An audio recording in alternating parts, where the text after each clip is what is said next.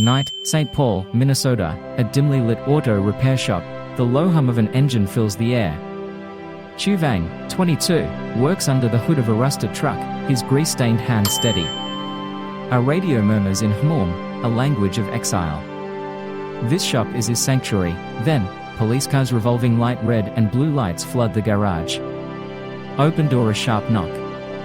Loud. Final. Speaker with 3 sound waves, immigration and customs enforcement. Open up. Tou freezes. The wrench slips from his fingers, clattering like a gunshot. The door crashes open. Shadows spill in. Dark uniforms. Stern faces. His name is called. His fate already decided. Link symbol, handcuffs bite his wrists. Passport control sign, a deportation order shoved into his chest. Eyes silent stares. No one moves. No one dares. Dragged outside, he shivers in the cold. The black van waits, doors yawning open. I in the window, his reflection stares back. He thought he belonged, America thought otherwise. The long way home. The airport doors slide open. Bright. Vast. Unfamiliar. Tou Vang, 10 years old, clutches his backpack. His tiny feet step onto polished floors, a world away from the red dirt of home. Above him, bold letters stretch across a sign, welcome to the United States. Around him, voices rise and fall, a language he barely understands. The air smells of coffee, metal, and something foreign, possibility. He looks up, eyes wide. America. A place his father spoke of, where a man could build something from nothing, but what he doesn't know, that time is a thief, that roots, once pulled, may never find soil again, and that home is not always a place but a thing you spend a lifetime chasing. For now, there is only hope. A trembling hum of adventure. And a step forward, into a future that will one day refuse to hold him. The cold steel of the handcuffs bit into his wrists, heavier than he imagined. Red and blue lights pulsed against the rain-slick pavement, casting fractured shadows across his face, tight with disbelief. His breath came unsteady, his pulse roaring in his ears. It had started with a visa. A deadline was missed. Papers expired. Calls went unanswered. Days turned to months, then years, until one night, they came, distant sirens. Murmuring voices. The shuffle of boots on wet concrete, his shop. His life. Fading behind a wall of uniformed bodies, Tou swallowed hard. This wasn't a mistake. This wasn't a dream, this was the end of everything he knew. The apartment was hollow, stripped of warmth, the echoes of a life unraveling in its silence. A half-open suitcase lay on the floor, clothes hastily thrown inside, each fold a reluctant farewell. On the fridge, faded family photos clung stubbornly, edges curling, memories frozen in time. Smiling faces, holiday dinners, a childhood spent chasing an American dream that was never truly his. The knock at the door was sharp. Final, Tou inhaled, his chest tight. Outside, the murmur of voices, neighbors watching, the weight of judgment pressing through the thin walls. He reached for the suitcase, but before his fingers could grasp the handle, the door swung open. 2 ICE agents. Unyielding. Silent. No more appeals. No second chances. The cold steel of handcuffs bit into his wrists as red and blue lights flickered through the window, casting ghostly reflections on the empty walls. This wasn't home anymore. Maybe it never was. Moments later, the plane hummed with uneasy silence, filled with weary faces and shattered dreams. Passengers sat slumped in their seats, some resigned, others hollow-eyed, their futures as uncertain as the storm clouds gathering outside. Tou pressed his forehead against the cold glass, his breath fogging the window.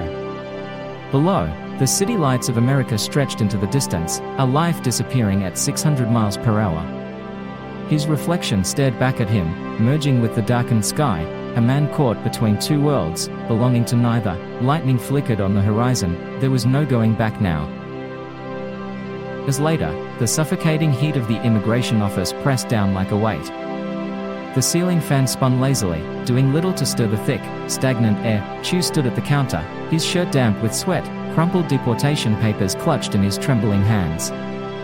The ink was already smudging under his grip. Behind the desk, Laotian officials exchanged glances, measuring him, dissecting him. Their eyes held suspicion, their voices clipped and indifferent. "You were born here?"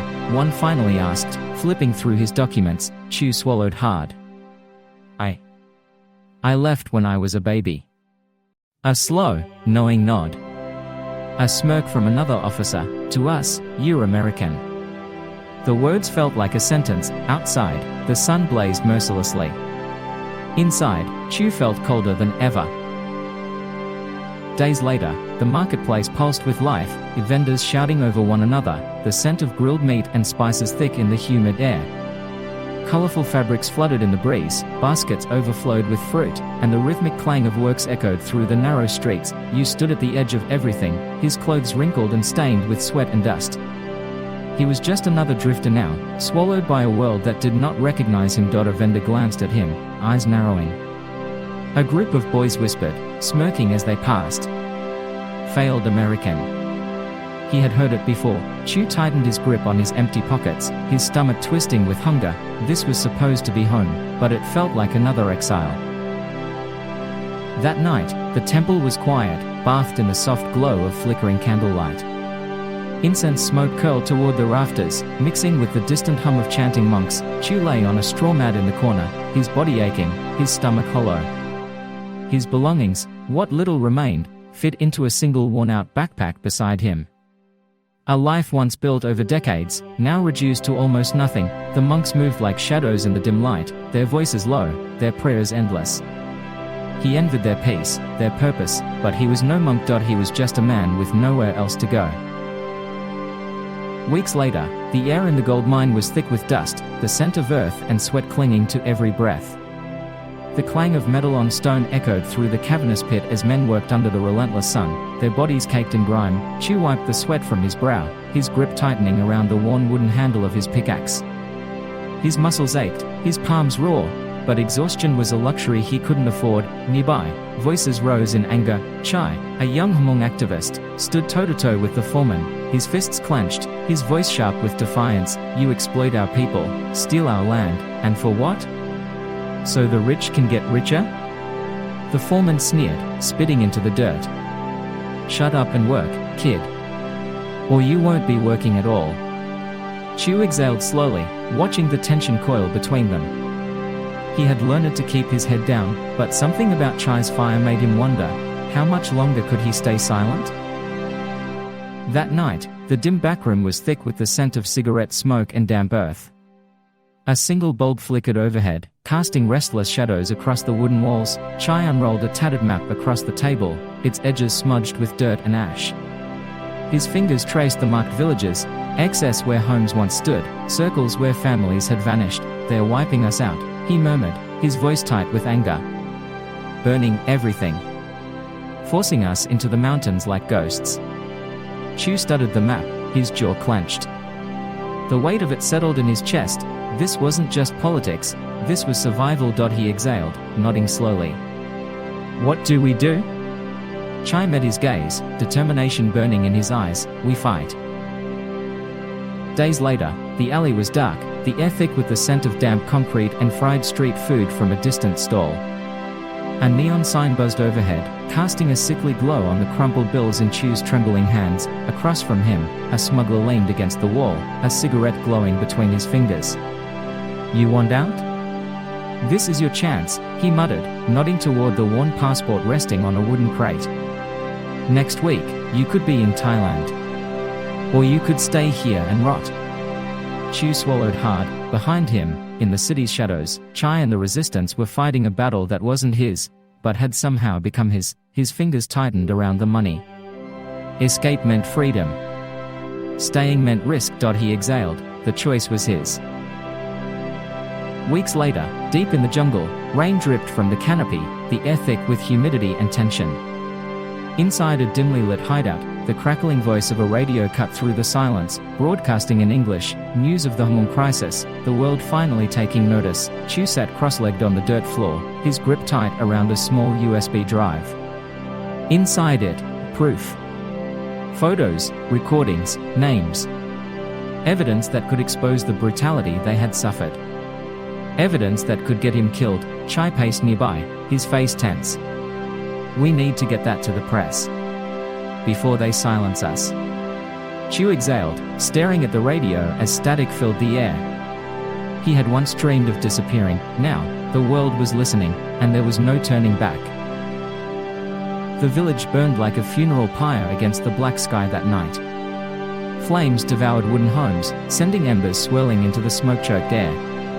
Distant screams echoed between the trees, scattered, fading. Tou stood at the edge of the destruction, his body rigid, his breath shallow. The heat licked at his skin, but he couldn't move. He saw the truth he had tried to ignore in the flickering light. The war wasn't coming. It was here. It had always been here. A child's wail cut through the crackling fire. Tou's fists clenched. Running was no longer an option. As later, the dim glow of a battered laptop screen cast shadows across Tou's face. The jungle around him was silent, but his heart pounded like distant gunfire. On the screen, grainy footage played, homes set ablaze, soldiers dragging villagers into the dirt, the sharp crack of rifle fire. The truth is raw and undeniable. His fingers hovered over the trackpad, trembling. One click, and the world would see. One click, and there was no undoing it. He exhaled sharply.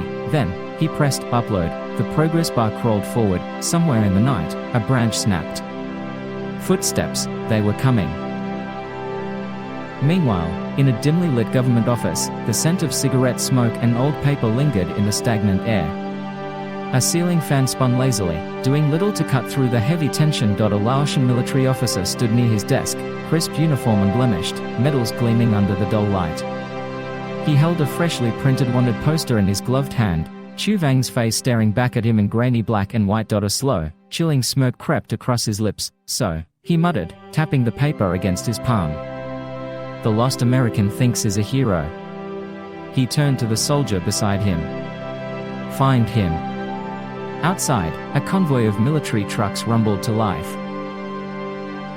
Days later, the border town pulsed with restless energy, street vendors shouting, engines growling, the humid air thick with sweat and suspicion. Neon lights flickered against the cracked pavement as bodies pressed together, moving in a chaotic tide. Tou pulled his hood lower, his pulse a steady drumbeat in his ears. He lingered near a noodle stall, pretending to browse, but his eyes stayed fixed on the checkpoint ahead. Armed officers moved through the crowd, scanning faces, their rifles slung carelessly but ready. One held a worn piece of paper, his face, his name. A soldier's gaze lingered too long in his direction. Tou turned, slipping into the current of bodies. His time was running out.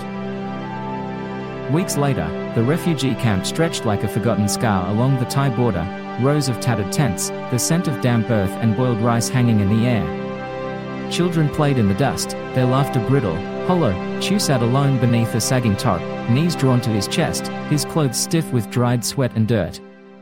His hands, once calloused from years of honest work, now felt like they belonged to someone else. Beyond the fence, the horizon burned gold beneath the setting sun, a world he could never return to, a future he could barely see. He was a man without a country, but he was still breathing.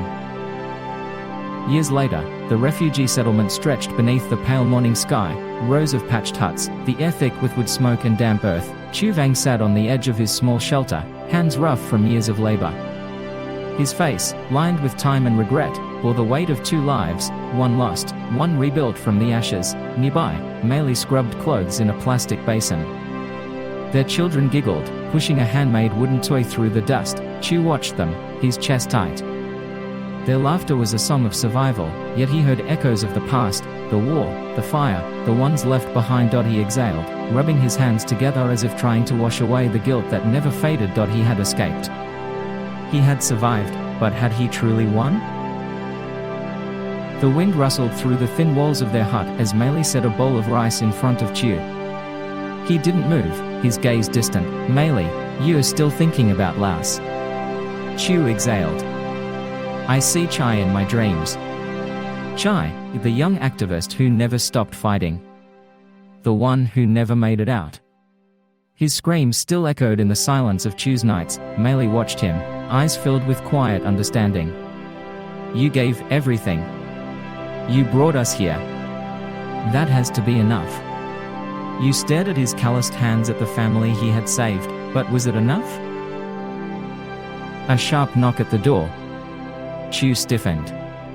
No one should be looking for him. Slowly, he stood and pulled the door open. In the dim light, a stranger stood, a Hmong journalist, eyes sharp, posture tense, someone from the outside world. At the table, the journalist slid a small USB drive across the worn wood. Journalist, the fight isn't over, Tou. The world is watching now. We need people like you. Tou's fingers hovered over the drive. Meili's hand found his, gripping tightly. He could feel the fear in her touch. She already knew what this meant. Outside, the night was silent. Waiting. Years ago, the night was thick with humidity, the distant border barely visible beyond the trees. Tou stood at the edge of the camp, the USB drive pressing into his palm like a silent question. If he stayed, his family would be safe, and his children would grow up with a father. But could he live knowing he had abandoned his people? If he left, he would risk everything, maybe never return, but fight for those still suffering in Laos. A slight tug at his sleeve. Son, Dad, are you leaving? Tou knelt, pressing his forehead to his son's.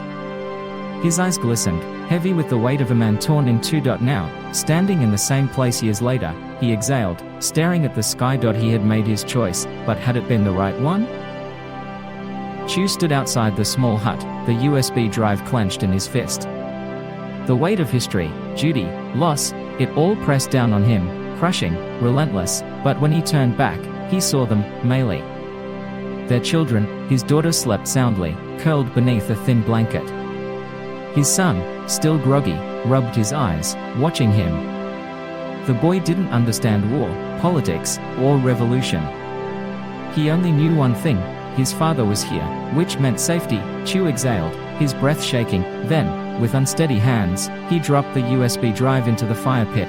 The plastic curled, the metal warped, and the truth, the evidence, the horrors, the proof of everything, was swallowed by flames. His hands tightened into fists. He had chosen. Later, the marketplace, a new life begins. Tou now worked as a motorbike mechanic in a quiet Thai village. The days passed in oil and sweat, the hum of engines drowning out thoughts he no longer allowed himself to have. He kept his head down. He never spoke about Laos. One afternoon, as he wiped the grease from his hands, a crackling news broadcast played on the tiny TV in the corner of the shop. Protests erupt over human rights abuses in Laos. Tou froze. His pulse quickened. Somewhere, people were still fighting. Somewhere, Chai's voice hadn't been silenced. For a moment, he let himself remember. Then, with a slow breath, he turned away, picking up his tools. There was work to do. Tou sits outside his hut as the sun sets, watching his children play. Their laughter drifts through the evening air, light and unburdened. He should feel at peace, but deep down, he knows, he is a man without a country. A man who chose to live but not to fight. The wind rustles the trees, whispering of something lost, something unresolved. Some wars are fought with weapons, and some are fought in silence. Tou exhales, his gaze fixed on the fading light. He chose survival, but did he betray his people? Did he make the right choice? Or will the ghosts of his past never let him rest?